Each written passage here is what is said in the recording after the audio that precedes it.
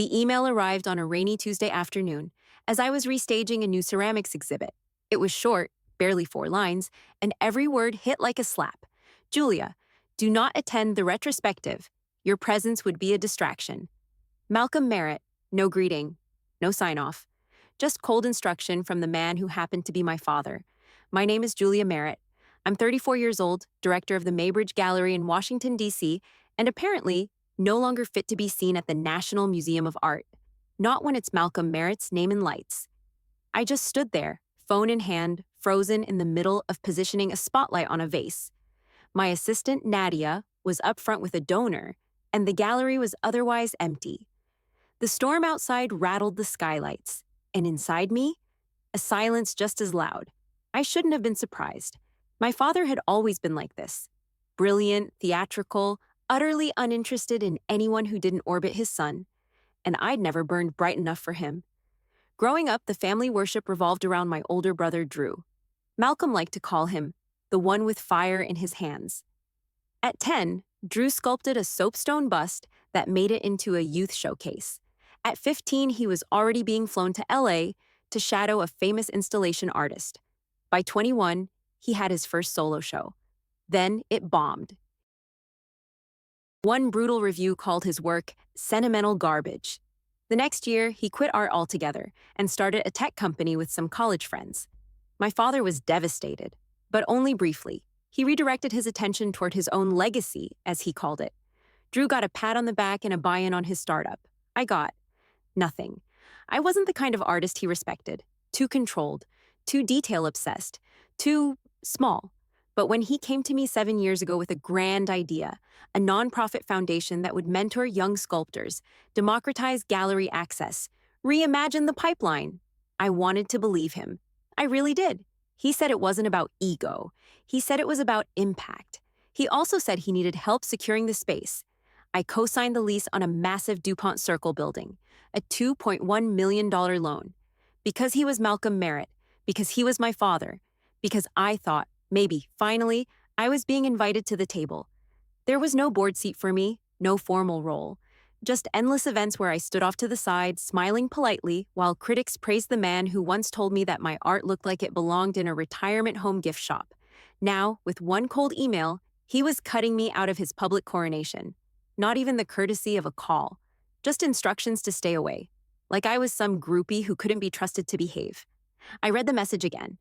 Your presence would be a distraction. Translation, you've served your purpose. Please disappear before the cameras arrive. I stared out at the rain beyond the gallery windows. My phone was still in my hand, screen glowing. Not with rage, not with sadness, something colder. If he wanted me gone, fine. But the building, the foundation, the $2.1 million tied to my name, that wasn't gone. Not yet. That night, after the exhibit opening wrapped and the last patron drifted out, I stayed behind in the gallery office. The buzz of conversation had faded, replaced by the gentle hum of the HVAC system and the occasional creak of old pipes. It was quiet, and that suited me just fine. I poured myself a cup of stale coffee, pulled out the file box from the storage shelf labeled Foundation 2018, and started sifting.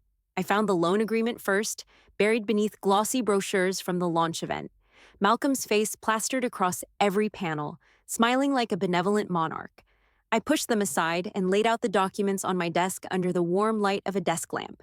The paperwork was thick, full of legalese and hopeful margins I had annotated in pencil all those years ago. It felt surreal, looking at my own signature on the dotted line. Julia Merritt, co-signer, guarantor, party to personal liability. And that was it. No clause for removal, no shared fiduciary responsibility, no board appointment, just a signature tying me irrevocably to a multi-million-dollar commercial property. I flipped page after page, the weight of each one heavier than the last. I'd asked Malcolm about protections at the time. I remembered it clearly. Shouldn't I have a formal role if I'm putting my name on the line? I'd said. He'd waved a hand and laughed. Oh, Jules, you always were the little accountant in the family. Just relax. I know what I'm doing. I'd let that be enough, because I wanted to believe he saw me, that he respected me, that maybe I was finally being brought in as a partner, not just a backup plan. Instead, I'd been used, like scaffolding, temporary support for something grander that didn't include me. I leaned back in my chair, rubbing my eyes with the heels of my hands. The weight of it all settled like a stone in my stomach. This wasn't just about art or recognition anymore, it was about risk, mine, and the way he had leveraged it without a second thought. I opened my laptop and pulled up my email. To Dana Chan. Subject: Urgent. Foundation Loan Review. Hi, Dana. Attaching all documents related to the 2018 loan for the Merit Foundation Gallery space. Need to understand my legal exposure ASAP. Please prioritize. Happy to come into the office tomorrow or this weekend if needed. Thanks. J.I. hit send and stared at the screen for a long moment. The rain had stopped outside, but I could still hear water dripping somewhere in the alley behind the gallery. He didn't want my presence? Good, because what he'd taken from me wasn't presence. It was security, and I was done treating that like it didn't matter. Dana didn't waste time. I was in her office the next morning by 10. She greeted me with a firm handshake and that professional calm she always carried, but I could tell even she was uneasy. I've reviewed the documents, she said, sliding a folder across the table. Julia, you're fully exposed. I had known it, but hearing it aloud made my throat go dry. There's no indemnity clause, she continued.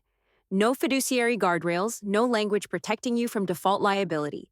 It's a personal guarantee in every sense. If the foundation misses a payment, the bank comes to you, not Malcolm. You. I stared at the folder but didn't reach for it. I already knew what was inside. Dana sat back, watching me closely. You co-signed a $2.1 million loan without a single protection. I know he's your father, but this was reckless. I was stupid, I said quietly. No, she said. You were trusting. Same thing, I thought, but didn't say it. I tried to picture Malcolm reading the same document.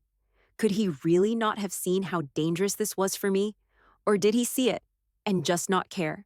Dana tapped her pen against the legal pad in front of her. If the foundation folds or defaults, you could be held liable for the full balance, plus interest, plus legal fees. My hands were clenched in my lap. I forced myself to breathe. What are my options? She didn't blink. You file a revocation of personal guarantee. The bank may require notification of default or trigger clauses, but we can push for a full withdrawal. It'll rock the boat, Julia, possibly sink it. I didn't hesitate. Then maybe it should fall. Dana blinked once, then nodded. I'll draft the motion today, she said. You'll need to sign in person and prepare for pushback. This will not be quiet. It hasn't been quiet for years, I murmured. It's just that no one noticed the noise was all coming from him. She didn't respond to that. She didn't have to. Back at the gallery that afternoon, I returned to routine like nothing had happened. I reviewed proofs for our next show, answered donor emails, adjusted a shipping manifest for a piece delayed in customs. But everything inside me had shifted. That evening, I poured 2 glasses of wine and handed one to Adrian as he joined me on the couch. He was still in his work clothes, shirt sleeves rolled, tie loose. He told me not to come, I said simply. Adrian didn't ask who. He already knew. Told me I'd be a distraction, I added. Adrian took a slow sip. He used your name like scaffolding. Time to pull it down. I nodded. I didn't need comfort. I needed clarity. And I had it now. I signed the withdrawal paperwork at Dana's office the next morning. The forms were thick, notarized, and final. Once submitted to the bank, there would be no walking it back. Dana slid the last page toward me. You sure? I picked up the pen and signed without hesitation. Completely. By noon, the email started. First from Malcolm's assistant, Claire. Julia, Malcolm is requesting an urgent call. He's just been informed by the bank that you've revoked your guarantee. Please call him. Then one from Malcolm himself. Short, all caps. What are you doing? I didn't reply. I didn't even open them fully, just read the previews as they rolled in one by one, growing increasingly frantic. I shut my laptop. At the gallery, I kept my face neutral as I walked the floor with a private collector. We discussed the detail on a resin piece by a French sculptor and the gallery's spring calendar. Business as usual. If anyone noticed the tension in my jaw, they didn't say a word. By 3, my mother called. I let it go to voicemail. Julia, sweetheart, your father is very upset. What's going on? This isn't like you. Can we talk? As if I had flipped a switch in the machine that powered Malcolm's empire. And now gears were flying off. He'd never imagined I'd actually pull the plug. At 4:30, the doorbell rang. Nadia buzzed in a man wearing a museum donor badge, Thomas Klein, longtime supporter of the foundation and a close friend of Malcolm's. He claimed he was in the neighborhood. I didn't buy it for a second. Julia, he said, stepping into the office with that performative concern older men like him had perfected. I've been hearing things, rumors. I thought I'd check in. I smiled politely. That's very kind of you. He gave a tight laugh. Well, Malcolm's been calling everyone in a panic. Says you're jeopardizing the foundation's future. I leaned back in my chair. He jeopardized it the moment he tied it to someone else's credit and forgot that person was his daughter. Thomas frowned. Come on. Surely there's room to de-escalate. De-escalate? I said, voice even. Thomas, I co-signed a multi-million-dollar loan based on good faith. No board seat, no oversight. Not even the decency of being told I wasn't welcome at his retrospective. He hesitated. Still, wouldn't it be better to keep this quiet? I offered. He didn't respond. I'm not interested in preserving a reputation built on exploiting family, I said. If the foundation can't stand without my name on the scaffolding, then maybe it shouldn't be standing at all. That shut him up. Later that evening, as I stood in the gallery alone, I received the confirmation from the bank. Effective immediately, Julia Merritt has been released from her guarantee obligations on loan. JAR 830274MF. I stared at the screen for a long time. Then, without ceremony, I powered my phone off. The storm I'd unleashed was just beginning. But for the first time, I wasn't bracing for it. I was watching it fall. Theo Lawton showed up first. He'd been Malcolm's CFO, an unofficial fixer, for over 20 years. He was the kind of man who always smelled faintly like expensive cologne and spreadsheets, and he greeted me like we were co-conspirators caught in a temporary misunderstanding. Julia, he said, stepping into the gallery's side office, voice low and polished. I thought we might have a civilized conversation. I'm always civilized, I said, not looking up from my laptop. He gave a tight smile. Malcolm's reeling. You've created a ripple effect. Some donors are panicking. The museum is requesting a financial review. I shrugged. Then they should review it. Theo adjusted his cufflinks like they needed realigning. I understand there are complicated emotions involved, but this is bigger than family. This is about legacy, about protecting what's been built. Built with my name on the contract, I said flatly. He hesitated. That may be true, but if this situation continues, the foundation will collapse. All that work, all those young artists. He didn't finish. I looked up. A legacy built on coercion isn't worth preserving, Theo. He opened his mouth, then closed it. There was nothing left to say. He'd delivered the warning. I'd returned the verdict. Good day, Theo, I said softly. He left without another word. That night, after I closed the gallery and was locking up, I saw someone waiting outside. Drew. I hadn't seen him in months, not since the holidays, when he'd stopped by for coffee and left before finishing it. He looked tired. In a hoodie and jeans, no sharp suit this time. His startup persona stripped down. He shoved his hands into his pockets. You blew it up. I did, I said. Did you come to lecture me? He shook his head. I came to ask if you really meant to take it all down. I unlocked the door behind me and stepped back inside, leaving it open. He followed. We sat in the main gallery, the lights dimmed, ceramic pieces shimmered under halogens. Drew looked around like he didn't belong in the space. I folded my arms. You knew. He swallowed. Yeah. You knew about the forgeries, didn't you? He didn't deny it, just looked away. Malcolm forged my signature on 2 additional loan documents, I said. I found them. I checked the notary logs. I was in Spain during one, Vietnam during the other. You signed off on both. Drew looked down at his hands. He said it was just paperwork, that you'd agreed verbally. He said you were just too busy to deal with the logistics. And you believed him? He sighed. No, I just didn't fight him. There it was. Years of silence. complicity.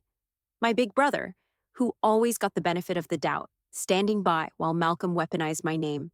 I sat with it, let it sting. Then I said, "Why now?" He rubbed the back of his neck. "Because if you go down, I go down too. I co-sign those lies. But if you push it forward, I'll testify. I'll back your version of events." "Not a version," I said. "The truth." He nodded slowly.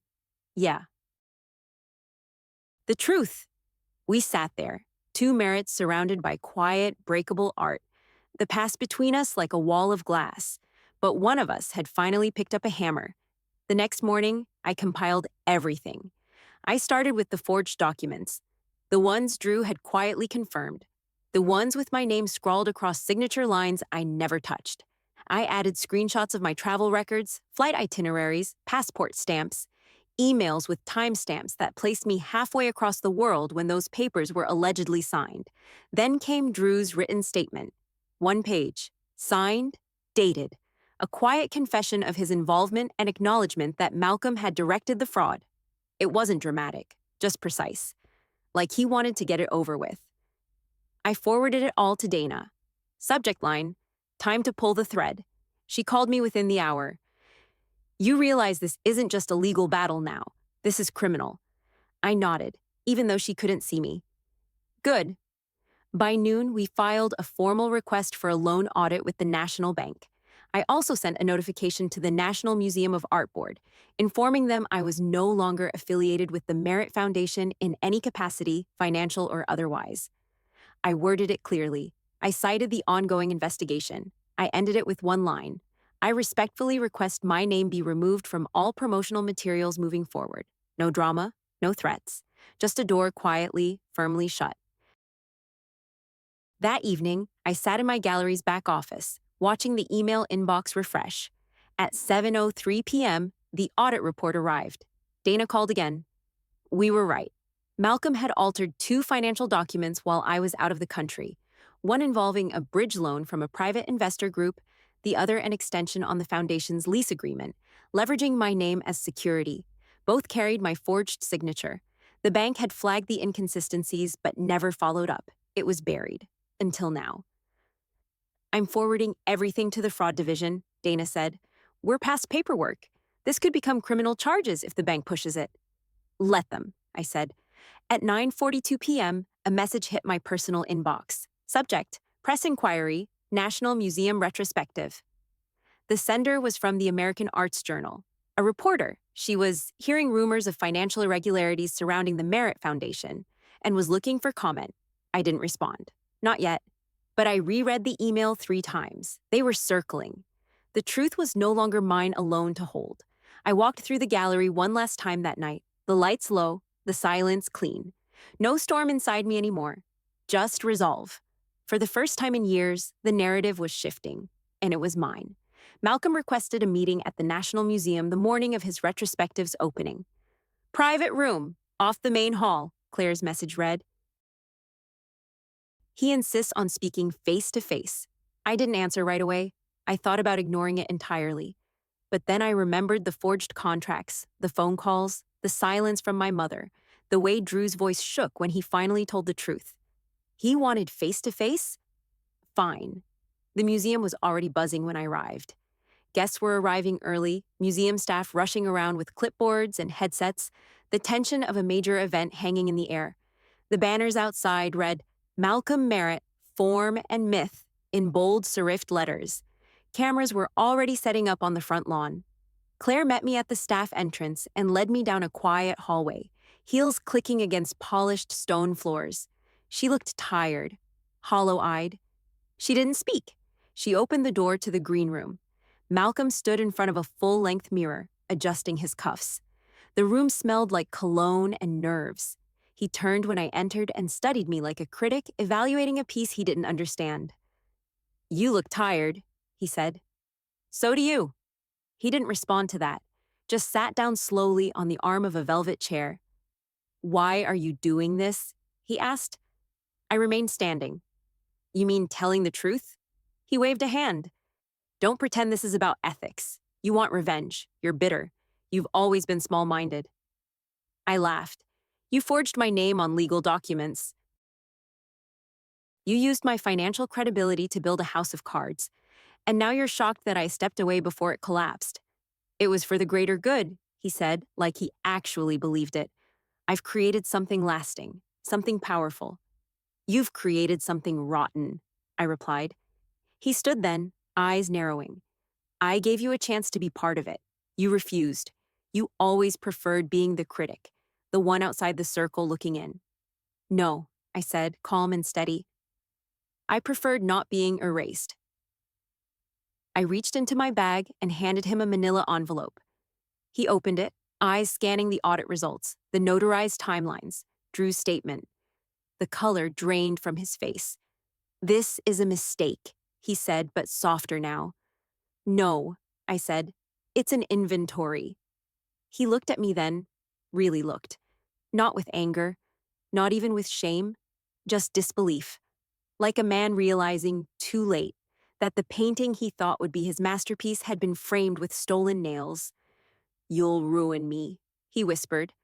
I'm not destroying anything, I said. I'm just refusing to prop it up. He didn't reply. I turned, walked out of the green room, and didn't look back. The museum lights glowed down the corridor like a stage I didn't want to stand on. At the far end of the lobby, people gathered for the unveiling. Critics, donors, photographers, family. I kept walking, past the marble columns, past the banners, right out the front doors and into the late morning sun. I didn't attend the retrospective, and for the first time in my life, I didn't feel left out. I felt free.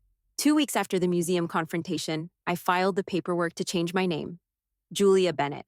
It was my grandmother's name, my mother's mother, a quiet textile artist who taught me how to shade with thread when I was 6. She died when I was 12, but I never forgot the way her hands moved, slow and exact, always sure of themselves. She was the first person who said my drawings weren't cute, they were precise. She told me once that control wasn't the opposite of art, it was the art. She saw me. The courthouse clerk didn't blink when I handed over the petition, just stamped it and slid the paper forward. Effective immediately, he said. I walked out onto the street and exhaled. Back at the gallery, the new sign was already being installed. Bennett Modern. Sleek steel lettering against the brick facade. My assistant Nadia grinned when she saw it. It feels right, she said. It did. I updated everything that week. My will, my accounts, my business registry. Dana handled most of it. Every form I signed, I paused for a beat before putting pen to paper. Seeing Julia Bennett in the signature line felt like rewriting the last decade. Not erasing it, but redrawing it with intention. Adrian was quiet as I signed the last stack on our kitchen table. How does it feel? He asked. I looked down at the paperwork. Like it's finally mine. Later that night, my mother called. I let it go to voicemail, she tried again, and then again. Eventually, she stopped leaving messages. But a few days later, she showed up at the gallery. She looked older than I remembered, like the weight of everything had finally landed. She wasn't carrying much, just her purse and a small leather sketchbook. Your grandmother gave this to you when you were a kid, she said, handing it over. Malcolm kept it in his desk. I opened it slowly. Inside were my early pencil sketches. Shaky figures, a wire frame of a bird's wing, a charcoal study of a stone stairwell, and then a small note in my grandmother's handwriting. Keep your hands steady. They already know what to do. I didn't cry. I just closed the book and nodded. My mother stood there a moment longer, waiting, maybe for something. A thank you, a moment of forgiveness, a reunion. But I gave her nothing more than a polite smile. She left without asking about the name change. The next morning, Drew emailed. Subject, final docs attached. He'd sent over the final investor memos. A quiet memo confirming the board's vote to dissolve the Merit Foundation. There was no ceremony, just an end date and a list of assets to be liquidated. I replied with one word, received. Afterwards, I sat in my gallery office with a pen in my hand and signed my new vendor agreements. Julia Bennett in bold ink. I didn't flinch, I didn't hesitate. And when the last signature dried, I closed the folder, leaned back in my chair, and finally exhaled. The article dropped on a Monday morning. The Fall of Merit. When art becomes exploitation. It was everywhere. Arts forums, museum listservs. even the sidebar of national news outlets. A glossy photo of Malcolm, mid-speech, eyes intense, sculpted hands frozen in motion. Underneath the subheading, financial misconduct allegations raise questions about the true foundation of the Merit legacy. They didn't mention me, not once, no quotes, no background, no whisper of my name. And that was exactly how I wanted it. Let Malcolm stand alone, for better or worse. He'd insisted on being the whole brand. Now he could carry the weight of it, too. At Bennett Modern, we were prepping for our new exhibit. The invitations had already gone out under the new name, and I noticed something unexpected. People were responding faster, more RSVPs, more curiosity. It was as if shedding the Merit name had stripped off a layer of intimidation, replaced with something human, real. The opening night was packed. Friends, donors, artists I'd mentored. Even 2 former foundation fellows showed up, quiet and watchful, but ultimately supportive. The exhibit was called Inheritance, a study in silence and defiance. It was personal, but not dramatic. Just carefully chosen pieces, subtle sculptures, restrained color palettes, tension in every corner. The final work, displayed in the center of the gallery, drew the most attention. A plinth, unbalanced, slightly off-center, bronze fractured down the middle, not destroyed, just cracked. A pedestal that could no longer hold what it was meant to carry. No plaque, no title, just the piece, standing under a single light. Critics called it a quiet masterpiece. One reviewer wrote, "It doesn't scream, it doesn't lecture. It just stands there, honest and cracked open. That's its power." I didn't tell anyone that I sculpted it myself, not even Adrian. After the last guest left, I stayed behind to walk the gallery one more time. The plinth stood alone, soft shadows dancing across its surface. I reached out and let my fingers brush the edge. Rough, solid, just slightly uneven. It was the first piece I'd made in years, not for approval, not for my father, not for legacy, just for me. I stood there for a while, not thinking, not remembering, just breathing. Adrian found me a few minutes later. He didn't say anything. He just took my hand. And I smiled, because in the end, I hadn't needed to tear anything down to make a statement. I just had to build something better beside it and let it speak for itself. Legacy rewritten, not in anger, not in shame, in bronze, in balance, in my own name.